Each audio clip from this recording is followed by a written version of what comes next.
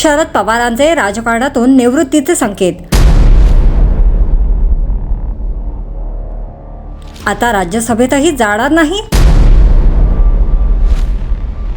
भाषणात म्हणाले, महाराष्ट्र विधानसभा निवडणुकांची रणधुमाळी शिगेला पोहोचली आहे. अर्ज माघारी घेण्याची अंतिम मुदत उलटल्यानंतर आता राज्यभरातल्या लढतीचं चित्र स्पष्ट होऊ लागलंय. अनेक ठिकाणी बंडखोरांनी मोठं आव्हान उभं केलंय. एकीकडे ही चर्चा असताना दुसरीकडे आता शरद पवारांच्या राजकीय निवृत्तीची चर्चा होऊ लागली आहे. खुद्द त्यांनीच बारामतीमध्ये योगेंद्र पवार यांच्या प्रचार सभेमध्ये केलेल्या भाषणात तसेच संकेत दिले आहेत.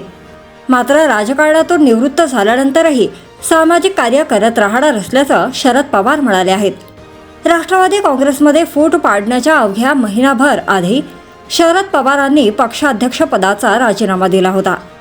पण राष्ट्रवादी काँग्रेसच्या सर्व नेते मंडळी व कार्यकर्त्यांच्या आग्रहाखातर त्यांनी तो मागे घेतला. त्यानंतर लगेचच पक्षात फूट पडली व अजित पवार गट सत्ताधारी महायुतीमध्ये सामील झाला. तेव्हाही शरद पवारांच्या राजीनाम्याची जोरदार चर्चा पाहायला मिळाली होती. आता शरद पवारांनी राजकीय निवृत्ती घेण्याचेच थेट संकेत दिल्यामुळे राजकीय वर्तुळात त्याची चर्चा होऊ लागली आहे. काय म्हणाले शरद पवार? शरद पवारांनी बारामतीमध्ये आज योगेंद्र पवारांच्या प्रचारासाठी सभा घेतली. यावेळी गेल्या 55 वर्षांपासून महाराष्ट्राच्या राजकीय वर्तुळात सक्रिय असल्याचं नमूद करत त्यांनी निवृत्तीचे संकेत दिले. तुमच्यातले काही लोक त्यावेळी हयात होते, काहींचा जन्म झाला नव्हता. 55 वर्षापूर्वी मी महाराष्ट्राच्या सगळ्या भागात काम करायला सुरुवात केली. 1967 साली त्यावेळच्या मतदारांनी मला निवडून दिलं. त्यातले काही मतदार मला अजूनही इथे दिसत आहेत. त्याला आता 50 ते 55 वर्ष होऊन गेलीत.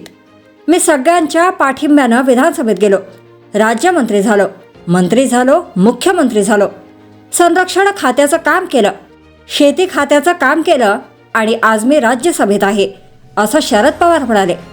लोकसभेत एकदा तुमच्या मतांवर निवडून गेलो आणि नंतर ठरवलं की आता लोकसभा नाही.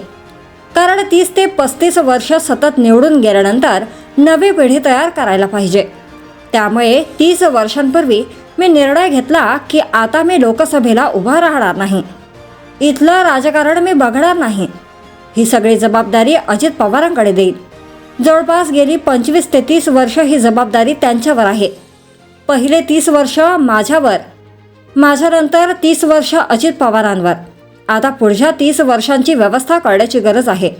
ती करायची असेल तर लोकांमध्ये जाऊन त्यांचे प्रश्न समजून घेऊन त्यात लक्ष घालण्याची दृष्टी हवी, असं म्हणत शरद पवारांनी योगेंद्र पवारांच्या हाती बारामतीची सूत्र सोपवत असल्याचं नमूद केलं. तुम्ही प्रत्येक वेळी निवडून देता, पण आता मी आता राज्यसभेत आहे.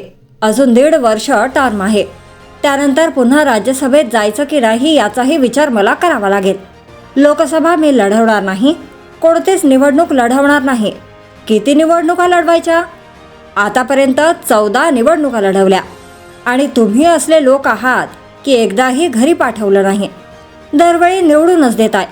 पण आता कुठेतरी थांबलं पाहिजे, नवी पिढी आणली पाहिजे, हे सूत्र घेऊन मी कामाला लागलोय, अशा शब्दात शरद पवारांनी राजकीय निवृत्तीचे संकेत दिले आहेत. पण याचा अर्थ समाजकारण सोडलेलं नाही. सत्ता नको, पण लोकांची सेवा, लोकांचं काम करतच राहायचंय.